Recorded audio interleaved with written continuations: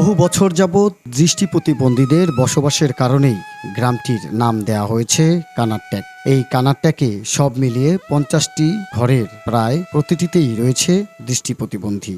সব জায়গায় বিদ্যুতের ব্যবস্থা করা হলেও অবহেলায় বিদ্যুৎ ছাড়াই কানারট্যাকে বসবাস করছেন এই 50টি পরিবারের 250 জন সদস্য। গাজীপুরের কালিয়াকৈর উপজেলার মৌচাক নুরবাগ এলাকার এই কানারট্যাকে প্রায় 23 বছর যাবৎ কোনো বিদ্যুতের সংযোগ নেই। বিদ্যুৎ সংযোগের জন্য বারবার চেষ্টা করেও ব্যর্থ হয়ে অসহায় দিন কাটাচ্ছেন তারা। কারেন্ট নেই, হয়তো কুপি জ্বালিয়ে রান্ধি, রাত করে দিনের বেলা এমনি একটু জানালা খুলে আলো দিয়ে রান্ধি। বাংলাদেশে এমন কোনো জায়গা নাই বর্তমান বিদ্যুৎহীন, কিন্তু আমরা এই গাজীপুরের মতো এত বড় শিল্প এলাকায় থাইকা মেইন রোডের পাশে থাইকা আমাদের চারপাশে কারেন্ট আছে, আমাদের কারেন্ট নাই। তার মানে কি আমাদের ভাগ্য খারাপ। আলোর অভাবে তাদের সন্তানরাও ঠিক মতো পড়াশোনা করতে পারছেন না, তাই সন্তানদের ভবিষ্যৎ নিয়েও এখন অনিশ্চয়তায় আছেন তারা। আজকে 30টা বছর ধরে পরে কষ্ট করতেছি। এই মনে করেন যাইতাছি আইতাছি খালি দিমু করে এই পর্যন্ত আর দেওয়া হচ্ছে না আমার। তাইলে আমরা কিভাবে আশা করবো কোন?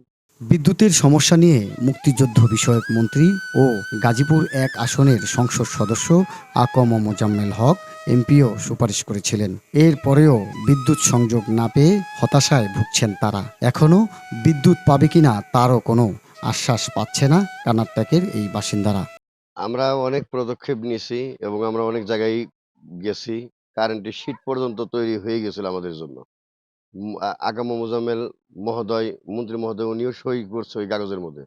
এরপরেও আমাদের এখানে বিদ্যুৎ দেওয়া হয় নাই। এদিকে কানারট্যাকের 4.5 একর জমি নিজেদের দাবি করে আসছেন বাংলাদেশ বন শিল্প কর্পোরেশন।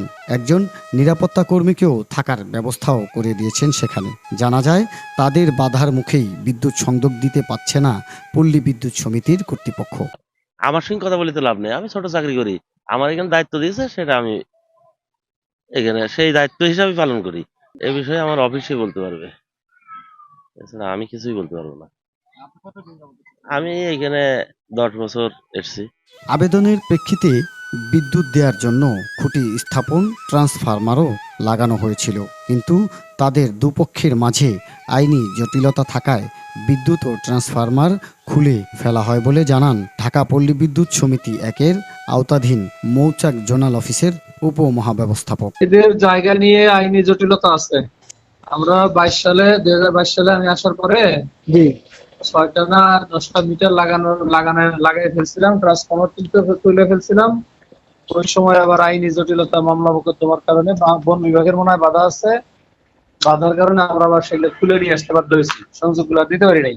বিষয়টা নিয়ে কালিয়াকৈর উপজেলার নির্বাহী কর্মকর্তার সাথে আলোচনা করে দ্রুত সমস্যা সমাধানের আশ্বাস দেন উপজেলা চেয়ারম্যান। যারা অন্ধ তাদেরকে এই জায়গাটার মধ্যে পুনর্বাসন করা হয়েছে। তো এখানে বিদ্যুতের বিষয়টা এর আগেও কয়েকবার এখানে তারা আবেদন করেছে। আমরা শুনেছি যে ডিজিএম মহোদয়ের কাছে এখানে তারা আবেদন করেছিল, কিন্তু এখানে জমিটা বন শিল্পের, এই জন্য বন শিল্পের পক্ষ থেকে বিদ্যুৎ সরবরাহ করার মানে এটা হলে বারবার বাধাগ্রস্ত হয়। তো আমরা দেখি আলোচনা করে অল্প সময়ের মধ্যে আমাদের নির্বাহী কর্মকর্তা উনিও এই ব্যাপারটা আমার সাথে আলোচনা করেছেন। আমরা অতি অল্প সময়ের মধ্যে আমরা আলোচনা করে যেন তাদের এখানে বিদ্যুৎটি যেন সেখানে দেওয়া ব্যবস্থা করা যায়, সেজন্য আমরা অতি অল্প সময়ের মধ্যে ব্যবস্থা নেব ইনশাল্লাহ। আইনি জটিলতা থাকায় বিদ্যুৎ সংযোগ দেওয়া সম্ভব হচ্ছে না, তবে দুই পক্ষের সাথে বসে বিষয়টি দ্রুত সমাধান করার কথা বলেন উপজেলা নির্বাহী কর্মকর্তা। এই দৃষ্টি প্রতিবন্ধী মানুষগুলোর এখন একটাই দাবি, জীবনের শেষ মুহূর্তে হলেও যেন তাদের ঘরগুলো বিদ্যুতের আলোয় আলোকিত হয়।